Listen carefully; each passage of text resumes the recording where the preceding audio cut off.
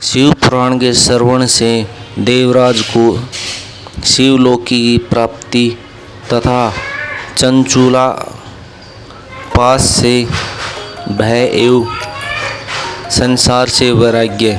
शिव शौनक जी ने कहा, महाभाग सूत जी, आप धन्य परमार्थ सत्वे ज्ञाता हैं।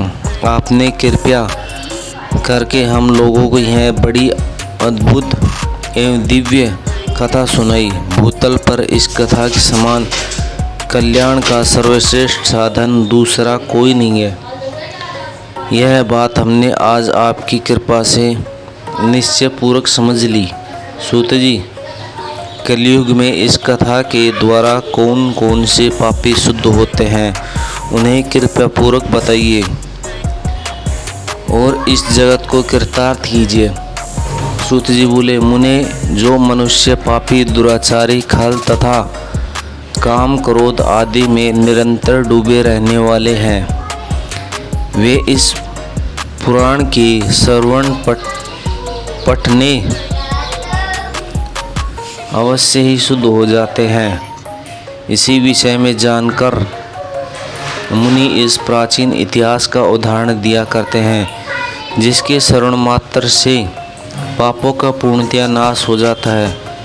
पहले की बात है, कहीं किरातों के नगर में एक ब्राह्मण रहता था, जो ज्ञान में अत्यंत दुर्बल, दरिद्र, रस बेचने वाला तथा वैदिक धर्म से विमुख था। वह स्नान, संध्या आदि कर्मों से भ्रष्ट हो गया था और वेश्यावृत्ति तत्पर रहता था। उसका नाम था देवराज। वह अपने ऊपर विश्वास करने वाले लोगों को ठगा करता था।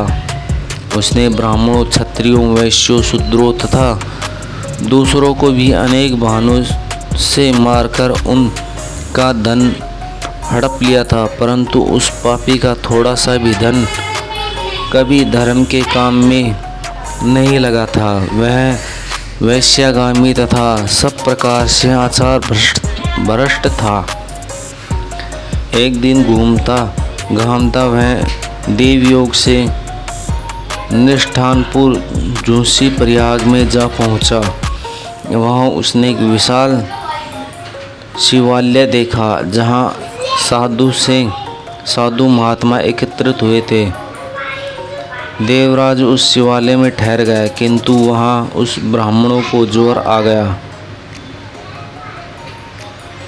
उस ज्वर से उसकी बड़ी पीड़ा होने लगी। वहां एक ब्राह्मण देव शिव पुराण की कथा सुना रहे थे। ज्वर में पड़ा हुआ देवराज ब्राह्मण के मुखार विंद से निकली हुई उस शिव पुराण कथा को निरंतर सुनता रहा। एक मास के बाद वह ज्वर से अत्यंत पीड़ित होकर चल बसा। यमराज के दूत आए और उसे पासों से बांधकर बलपूर्वक यमपुरी ले गए। इतने में ही शिवलोकों से भगवान शिव के पार्षद गण आ गए। उसके गोर अंग कर्पूर के समान उज्जवल थे, हाथ त्रिशूल से सुशोभित हो रहे थे। उसके संपूर्ण अंग भस्म उद्दासित थे और रुद्रांकी मालाएं उनके शरीर की शोभा बढ़ा रही थी।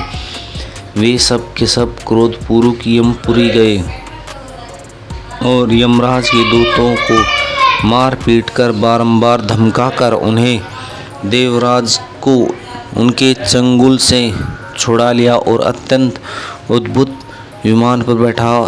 जब वे शिव दूत कैलाश जाने को उद्यत हुए, उस समय यमपुर में भारी कोहलाल मच गया। उस कोहलाल को सुनकर धर्मराज अपने भवन से बाहर आए। साक्षात दूसरे रुद्रों के समान प्रतीत होने वाले उन चार दूतों को देखकर धर्मराज उनका विधिपूर्वक पूजन किया और ज्ञान दृष्टि से देखकर सारा वृत्तांत जान लिया। उन्होंने भय के कारण भगवान शिव के उन महात्मा दूतों से कोई बात नहीं पूछी, उल्टे उन सब की पूजा एवं प्रार्थना की। तत्पश्चात वे दूत कैलाश को चले गए और वहां पहुंचकर उन्होंने उस ब्राह्मण को दया सागर सांब शिव के हाथों में दे दिया। शौनक जी ने कहा, महाभाग सूत जी, आप सर्वज्ञ हैं। महात्मे, आपके कृपया प्रसाद से मैं बारंबार कृतार्थ हुआ। इस इतिहास को सुनकर मेरा मन अत्यंत आनंद में निमग्न हो रहा है। अतः अब भगवान शिव में प्रेम बढ़ाने वाले शिव संबंधिनी दूसरी कथाओं को भी कहिए। सूत जी ने कहा। सूत जी बोले, शौनक सुनो, मैं तुम्हारे सामने गोपनीय कथा वस्तुओं का भी वर्णन करूँगा, क्योंकि तुम शिव भक्तों में अग्रणीय तथा देवराजों में श्रेष्ठ हो। समुद्र के निकटी प्रदेश में एक कांसकल नामक ग्राम है, जहाँ वैदिक धर्म से विमुख महापापी द्विज निवास करते हैं। वे सब के सब बड़े दुष्ट हैं। उनका मन दूषित विषय भोगने में ही लगा रहता है। वे न तो देवताओं पर विश्वास करते हैं न भाग्य पर। वे सभी कुटिल वीरता वाले और किसानी करते हैं, भांति भांति घातक अस्त्र रखते हैं। वे अभिचारी और खल हैं। ज्ञान, वैराग्य तथा सत्कर्म का सेवन ही मनुष्य के लिए परम पुरुषार्थ है। इस बात को ये बिल्कुल नहीं जानते हैं। वे सभी पशु बुद्धि वाले। जहाँ दिग्गज ऐसे हों, वहाँ के अन्य वर्ण विषयों में क्या कहा जाए। अन्य वर्णों के लोग भी उन्हीं की भांति कुत्सित विचार रखने वाले सौ धर्म विमुख एवं खल हैं। वे सदा कुकर्म में लगे रहते हैं और नित्य विषय भोग में ही डूबे रहते हैं। वहाँ की सभी स्त्रियां कुटिल स्वभाव की, स्वेच्छाचारिणी, पापसक्ता, कुत्सित विचार वाली और व्यभिचारिणी है। वे सद्व्यवहार तथा सदाचार से सर्वथा शून्य हैं। इस प्रकार वहाँ दुष्टों का ही निवास है। उस वास्कल नामक ग्राम में किसी समय एक बिंदु नामधारी ब्राह्मण रहता था। वह बड़ा अधर्म था, कुरात्मा और महापापी था। यद्यपि उसकी स्त्री बड़ी सुंदर थी, तो भी वह कुमार्ग पर ही चलता था। उसका पत्नी नाम चंचुला था। वह सदा उत्तम धर्म के पालन में लगी रहती थी, तो भी उसे छोड़कर वह दुष्ट ब्राह्मण वैश्यगामी हो गया था।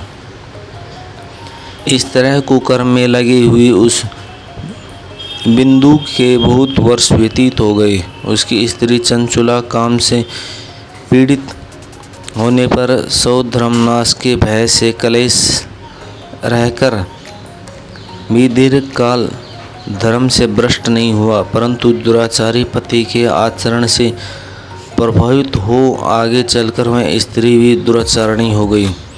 वह इस तरह दुराचार में डूबे हुए उन मूढ़ चित्त वाले पति पत्नी का बहुत सा समय व्यर्थ हो गया। तदंतर शूद्र जातीय वैश्य का पति बना हुआ वह दूषित बुद्धि वाला दुष्ट ब्राह्मण बिंदुक समय अनुसार मृत्यु को प्राप्त हो नरक जा पहुंचा। बहुत दिनों तक नरक के दुख भोग कर वह मूढ़ बुद्ध पापी विंध्याचल पर्वत भयंकर पिशाच हुआ। इधर उस दुराचार पति बिंदु के मर जाने पर वह मूढ़ हृदय चंचला बहुत समय तक पुत्रों के तथा अपने धर्म में ही रही। एक दिन देवयोग से किसी पुण्य पर्वत के आने पर वह स्त्री भाई बंधुओं के साथ गौण क्रम क्षेत्र में गई। तीर्थ यात्रियों के संगम करने भी उस समय जाकर किसी तीर्थ के जल में स्नान किया। फिर वह साधारणतः मेला देखने की दृष्टि से बंधुजनों के साथ यत्र तत्र घूमने लगी। घूमती घामती किसी देव मंदिर में गई और वहाँ उसने एक देवयज्ञ ब्राह्मण के मुख से भगवान शिव की परम पवित्र एवं मंगलकारी उत्तम व पौराणिक कथा सुनी। कथावाचक ब्राह्मण कह रहे थे कि जो स्त्रियां पुरुषों के साथ अभिचार करती हैं वे मरने के बाद यमलोक में जाती हैं। तब यमराज के दूत उनकी योनियों में तपे हुए लोहे का परिघ डालते हैं। पौराणिक ब्राह्मण के मुख से यह वैराग्य पढ़ने वाली कथा सुनकर चंचुला भय से व्याकुल हो वहाँ कांपने लगी। जब कथा समाप्त हुई और सुनने वाले सब लोग वहाँ से बाहर चले गए, तब वह भयभीत नारी एकांत में शिव पुराण की कथा बाँचने वाले उन ब्राह्मण देवताओं से बोली। चंचुला ने कहा, ब्राह्मण, मैं अपने धर्म को नहीं जानती थी, इसलिए मेरे द्वारा बड़ा दुराचार हुआ। स्वामिन, मेरे ऊपर अनुपम कृपा करके आप मेरा उद्धार कीजिए। आज आपके वैराग्य रस से ओतप्रोत इस प्रवचन को सुनकर मुझे बड़ा भय लग रहा है।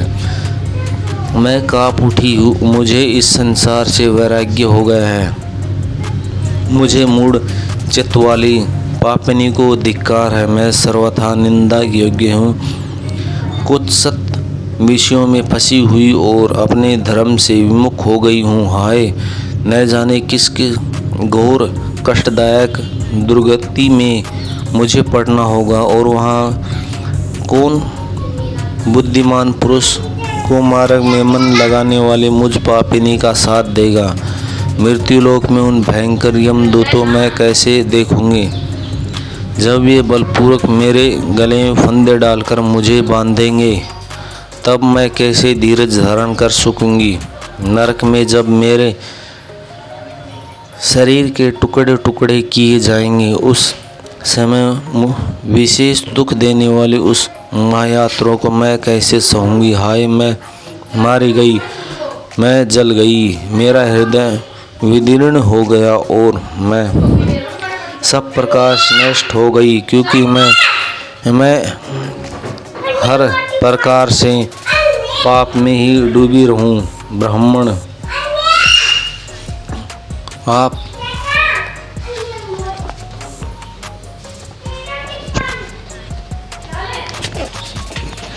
आप ही मेरे गुरु हैं, आप ही माता और आप ही पिता हैं। आपकी शरण में आई हुई हूँ। मुझ दीन अबला आप ही उद्धार कीजिए, उद्धार कीजिए। सूत जी कहते सोनक इस प्रकार खेद और वैराग्य युक्त चंचुला ब्राह्मण देवताएं दोनों चरणों में गिर पड़ी। तब उन बुद्धिमान ब्राह्मण ने कृपया पूर्वक उससे उठाया और इस प्रकार कहा।